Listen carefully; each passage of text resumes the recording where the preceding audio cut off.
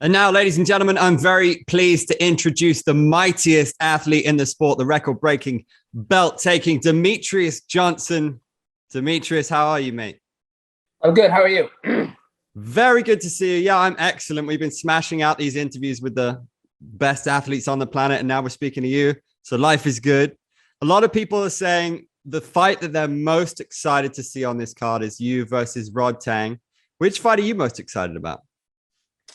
Ooh, I think the Adrian versus Yuya Wakamatsu will be good. And I also think Stamp Fairtex versus Angela Lee will be, those two fights are going to be sick. Yeah. So many bangers. So many. We're going to go for our first. And a Super Bond fight versus Murat. That's how his name's Murat. Mark Gregorian. Murat Gregorian. Yeah, that fight's going to be sick too. Because he just goes. He goes out there and just lets it go. Yeah, unbelievable his last KO. Let's go to Luisa Morales, who comes in via text from Phil Starr, who asks, there's been plenty of talk ahead of this special rules bout that you can survive Rodtang's striking prowess. What do you think you will do differently to ensure you hear the final bell of the first round? What I always do, just go out there and fight, A lot of people, when you look at Rodtang's fight, when you fought Minnie T, when you fought Walter Conklin, when you fought John Haggerty, those guys, they don't have that constant forward pressure. They didn't meet Rodtang with forward pressure. They use a lot of angles, movements in their Muay Thai bout against Rodtang. Just so it happens that my movement is also angles and using footwork, right? A lot of people get this stereotypical that Muay Thai, you have to go forward. But if you look at Rodtang's last, 4 or 5 fights in Muay Thai or kickboxing, it wasn't like 3 minutes of just this. Rodtang would do this and his opponents would do this and use angles around him. So, if you look at all my fights, I've always used angles and footwork in all my combat and in all my fights. So why would I change? Absolutely. We're going to go to the phones now. We've got Steve Irvine of MMA Rodeo. Steve, off you go. Hi, Demetrious Johnson. It's a pleasure to talk with you today. What's happening? So, ever since the fight was announced, we've had a lot of sports analysts talk about what Demetrious Johnson's path to victory is going to be. Now, we know you've not got a problem adjusting to any other styles, but rather than letting it go to the second round where people are saying it's going to be your specialty, do you have an intent to show that you can hang in the first round and create another mighty moment for us on the night? I'm going to go out to do my best. Obviously, Rodtang, that's his world. He's got a chin of granite. He's been hit by the best athletes in the world. John Haggerty kicked him flush in the neck. Minnie T cut him with a right, left and a right. So the guy's got a chin. He's 24 years old. I don't think his chin will last for another 10 years if he keeps going in that way of fighting. But, we'll see what happens. Yeah. And just lastly, so NFT world, you've got a lot of buzz with your first NFT, the Mighty NFT. Is that something you're going to continue working on in the future? Yeah, absolutely. Galactic Fight League, it's an amazing project. I'm super happy to be a part of it. I believe it's going to be the first NFT that I just got an NFTs. And for me, I like NFTs that have utilities. And with this, a Galactic Fight League has some really cool things in a pipeline. Can't wait to see it. All the best on the night. Thank you. Thanks, Steve. Our next question comes from Timothy Wheaton of Calf Kick Sports. DJ, how you doing today, man? Good. How are you? Hanging out, the usual stuff. I wanted to ask you, earlier tonight, we had Akiyama call out Mike Tyson for a boxing fight. DJ, do you want to call out Mike Tyson for a boxing fight as well? Nah. I don't need to fight one of the greatest boxers of all time. Mike Tyson is decently ready to fight one of the Paul brothers. I don't know what he's got going on, but if Mike Tyson were to fight Sexyama, I don't even think Mike Tyson would get approved because he smokes a lot of weed, and weed is not allowed in Asia. So that fight would have to take place in U.S. shore, which I doubt that'll happen. So, I don't want to call out Mike Tyson. Good answer, man. One last question, and then I'll jump off. But what are you playing right now? What games are you playing at the moment? I am playing Lost Ark. It's a great game. It's been out for 5 or 6 years in Korea and Russia. So right now I'm trying to get my character to a good place where I can jump back on Escape from Tarkov because I miss playing a game with my buddies. Good stuff. Thanks, man. Yep. All right. Our next question comes from Andrew Mack of MMA Ireland. Go ahead, Andrew. Hey, DJ. What's up? So most people, including Demetrious Johnson, view this fight as either going to Rodtang round 1 KO or you with a round 2 submission. Do you believe there's more to this fight than just surviving the first round and then submitting him? 1,000%. If I was only training just to get to the second round and finish him, then I would only be training for 6 minutes a day, right? 6 minutes in my sparring sessions. But, you know, when we're training for this fight, we've been doing 13 rounds. After the 13 rounds, we do about probably 3 rounds of straight Muay Thai. Then we do 3 rounds of jiu-jitsu grappling. I mean, this just training camp has been like a mixed martial arts fight. So for me, I don't have that mindset. I've never had that mindset in any of my fights, even my amateur career, that it's going to be a quick night. We get in there, we're going to fight. And if we get him out in the second round, we get him out in the second round. If we get him out third or fourth, so be it. But for me, I always plan for a long night. All right, awesome. Can't wait. Thank you. Yes, sir. DJ, I was wondering Yes, sir. about that famous Marvin Hagler quote about it being difficult to do road work at 5 a.m. when you got silk pajamas. Like, you've broken so many records. A lot of people think you're the GOAT. You know, how do you maintain the hunger? Has this fight helped to reignite the spark, or has it always been there? It's always been there. This is how I pay my bills. This is how I keep the lights on. This is how I, you know, be able to have the lifestyle that I have. So, you know, that quote from Marvin Hagler about the silk sheets. I mean, you look at Canelo Alvarez. He's still, you know, he likes fine designer things. And for me, I have my vices that I like to spend my money on. And yeah, I mean, this is my job. Like, yeah, I've always worked hard. Awesome. And next question goes to Adam Christ from My MMA News.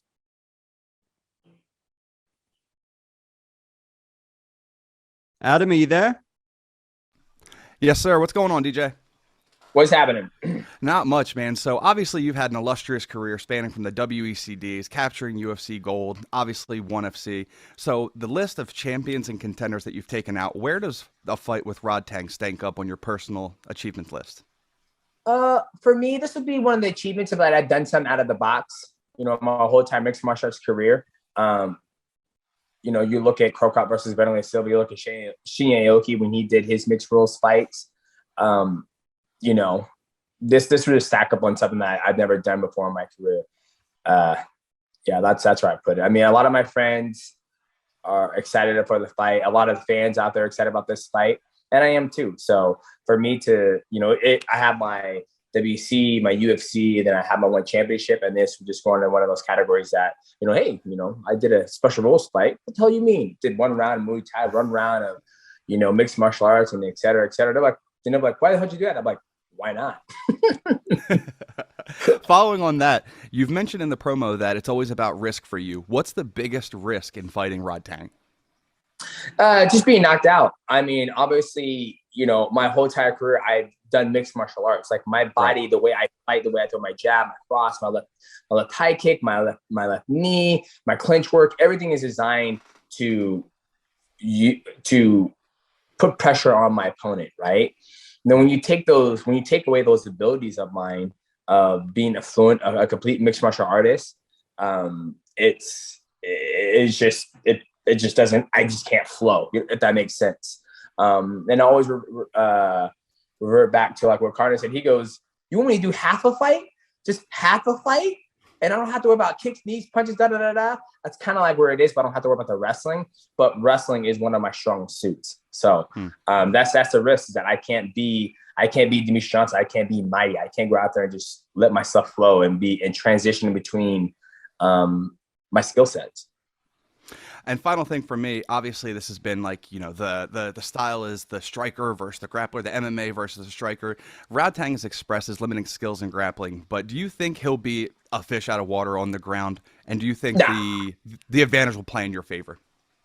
Nah, I mean, the biggest thing is that it's a 3-minute round, right? So if you look at, you know, mixed martial arts, it's a 5-minute round.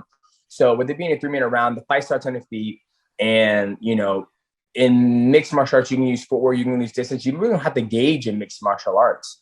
So let's say, the first round, the second round, we're on his feet. I get him down. Then I have 2 minutes to pass guard. And so I don't think he'd be efficient on the ground. He comes from a great camp, Fairtex. They've done a great job with Sam Fairtex. And he's been training since, November or September. Now, this is if it was like, hey, first round, we're on the feet, it's just pure Muay Thai. And the second round, it starts on the ground where it's like, hey, I'm going to sit on my butt, Rodtang. You sit on your butt. All right, ready, go. Then he'll be fucked. Thanks, DJ. Good luck. Yep. For our next question, we go to Dylan Bowker of Sportskeeda. Go ahead, Dylan. Hey there, Demetrious. I appreciate you making some time. Yes, sir. I'm just curious because one of the past times we were talking, it seemed like, the dirt biking was a big thing for people in your family. Can you talk about the recent 65cc upgrade there? That seemed big. It's good. My son, he's been into motocross for a very long time. Well, for a year. And it was time for him to upgrade to a 65cc. So being able to be involved in his life and see the transition from go from, a 50cc from like 30cc to 50cc to 80cc to, 65cc, working the clutch and being able to share that passion with him is super exciting. Yeah, that's awesome to hear, man. And I'm kind of curious because also per past conversations, it seems like there's a lot of reverence for like the Crow Cup versus Vanderlei, like the Aoki mixed rules bout. Like, how excited are you to like kind of like have yourself interwoven within that rich history that you seem to admire so much? It's dope. Like I said, I've only seen 2 of them, the Crow Cup and the Shinya Aoki one. So for me to be able to be part of that kind of, mixed martial arts history, that, hey, there's a time where I feel like Kei Yamamoto has done it before too. There's a part of me that feels like he's done K1. He's done actual just pure kickboxing. So, and then also, what's his name? Tenshin fought Kyojo Horiguchi in pure kickboxing. So those guys have, cemented their legacy in that legacy of that special rules fight where an athlete completely does something different. So I guess you say me and Rodtang are kind of, almost laying down foundation for the future. If people want to do it, that it's possible. Yeah, for sure. And then just lastly from me here, because I mean, obviously, hyper focused on this one, but just the fact that you're still the number one contender in the division, like, should you get the ideal outcome here, would like another title pursuit be the next step, or maybe pursue more intriguing, like hybrid bouts? One. No, I think after this one, it'll definitely be just pursuing the title again, fighting whoever is next. I know Kyrat Akhmatapi's been on a run. You got Yuya Wakamatsu taking on Adrian Moraes. So we'll go back there. And then I think if I'm going to do a special rules fight again, I'm just going to do, like, if I was to do something, it would just be pure kickboxing. Like, that's the thing I would love to do next. Like, when I don't want to have to go back and forth. I rather just be, if we're going to do, and for me, Muay Thai and little gloves don't really, I feel like if I have little gloves, I feel like I should grapple and submit you. So for me, the next thing, if they're like, hey, you want to do a special thing? I'm like, yeah, let me just do kickboxing. Like, I'll try kickboxing. But I'm getting older.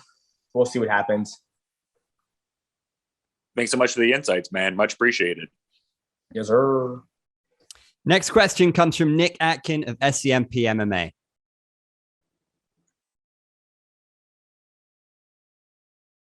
Hey, DJ, how you doing? Good, you? Yeah, not bad, man. Thanks for taking my questions. I just wanted to ask you a little bit about last week. Obviously, your teammate, Bibiano, unfortunately, he lost the bantamweight title that he's held for so long. What did you make of the performance? He looked great, man. He looked physically great. He dropped John Lineker, and it was an amazing fight. John Lineker has, the reputation. I'll never forget watching him fight TJ Dillashaw in the UFC, and he literally laid on his back and TJ elbowed him like 5 or 6 times. And I was like, dude, this guy's got a jaw, but it was a great fight. And Bibiano will be back, he's still young, 41 years old. Still got a lot of skill set, and, it was an amazing fight. Yeah, have you spoken to him at all? How's he feeling physically and mentally? And is he interested in maybe coming back for that title? I haven't talked to him. I like to give him his space and let him do his thing. Obviously got my fight coming up, but I think I'm gonna reach out to him here in the next couple of days to see how he's doing. And we've all been there.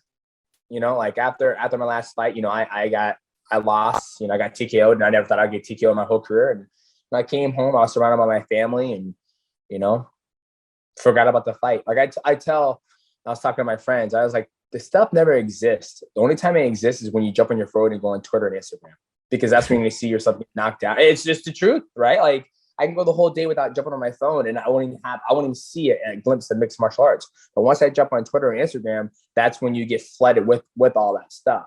So I think he's in a good spot, and I think he'll bounce back. And Bibiano is very strong mentally. And who's going to be coming out there to Singapore with you? Will it be James Yang? It will be James Yang and Tony. Okay. And last one from me. Sorry, a bit of a random one. I know you're a bit of a gamer. What are you playing at the moment? Any Elden Ring? No, I'm not playing no damn Elden Ring. Playing Lost Ark. And here's the reason why I'm not playing Elden Ring. And it's always funny, right? Like Elden Ring. Oh man, this game's amazing. It's the best thing. And it's like, guys, this game, this style of game has been out since 2000 and maybe 7 or 10.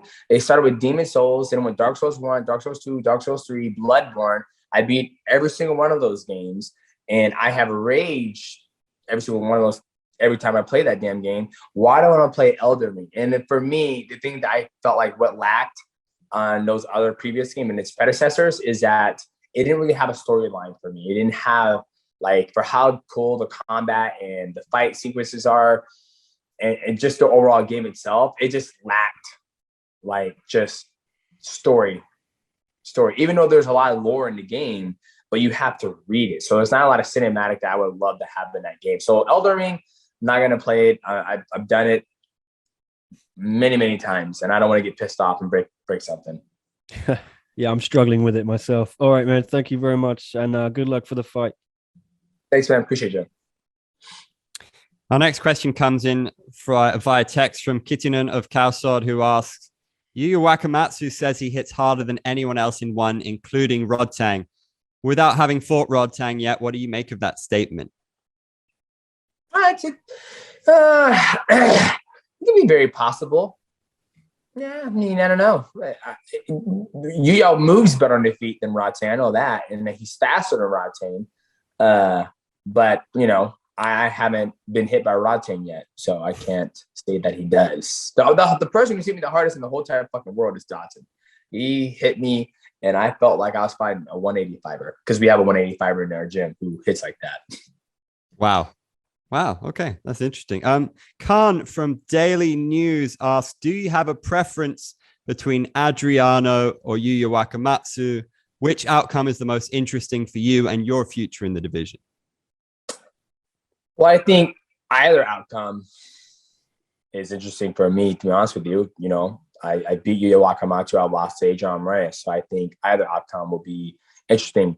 But when it comes to those guys and their skill sets, I feel Adriano obviously has a better grappling, right? He has a better grappling. I think Yuya Wakamatsu is way more fluid and has better rhythm on the feet. He might be just as long as Adriano. So I think Adriano can't use his length as much. And Adriano, he has a very unique style of going about how he fights. And so did Yuya Wakamatsu. They're both they like to test the distance and never go. They've never been the type of athlete who's like, I'm coming for you right now. Like, I'm gonna cross distance. I'm gonna get you in the clinch. We're gonna fight. It's a little bit different to where Yuya is more of a poker, and he kind of uses his speed to go pop pop and throws 1-2. So those guys are more of what's the word looking for? Counter fighters, right? So it'll be interesting to see. Are you bothered at all by getting the Adriano fight back, or is it just going to be a matter of if he has the belt or not? It's a matter if I make my way back to that opportunity, I guess you can say. For me, I've lost to Brad Pickett, Dominic Cruz, Henry Cejudo, Adrian Moraes, and losses are losses and wins are wins. Our next text question comes from Panipong Thairat, who asks, as a student of martial arts, what is your favorite aspect of Muay Thai? Favorite aspect of Muay Thai. I'll probably say the clinch. I think the clinch is probably my favorite aspect of it, just because the clinch kind of reminds me of wrestling, like controlling somebody's posture. I would have to say the clinch. Another question coming in says, back in the day, you used to operate a forklift. Can you tell us about when you knew 100% that your future was at mixed martial arts? Probably after I fought for the world title against Dominic Cruz. I made I made some good money from that fight, and I was able to quit my day job to supplement, not working, 40 hours a week. But even then, you still don't know if your I guess you could say, your career is going to be mixed martial arts, because all it takes is 2 fights back in the day, and then you'll be out. You get your pink papers and get your walking papers. So for me, it was just, grinding every day and training and then winning my fights. But if I have to put like a stake in it, it'll probably be after that fight against Dominic Cruz. You've spent your whole career having people wanting to fight you. Is Jared Brooks on your radar? Because he was talking trash about a lot of people. When it came to you, he was super respectful and basically said you're his hero growing up and it'd be an honor to fight you. Did that call out reach you? And has he been on your radar of what he's been doing? He wants to move to flyweight eventually. No, he's that. That's awesome that I've been as serious as a kid. An amazing athlete. He's been doing amazing things, and I think he'll probably give Joshua Pascal his toughest test, if not beat him, because he has that constant pressure and grind. And yeah, if our paths cross, dope. If it doesn't, I ain't worried about it. All right, last one then. You must have been asked this a bunch of times, but as it stands right now, do you have an official prediction of how this is going to go? And do you have a final message for the fans? I have not gave a prediction since my amateur days of career, since I fought as an amateur. So why would I start now? And I've been an amateur since 2006, ladies and gentlemen. So I have not gave any damn predictions, and it's not going to start now. And for the fans, make sure you guys tune into this fight, 1X, get the pay-per-view if you're in Asia, or you can watch it at www.1fc.com. I'm super excited for this fight against Rodtang, special rules fight. Don't miss it.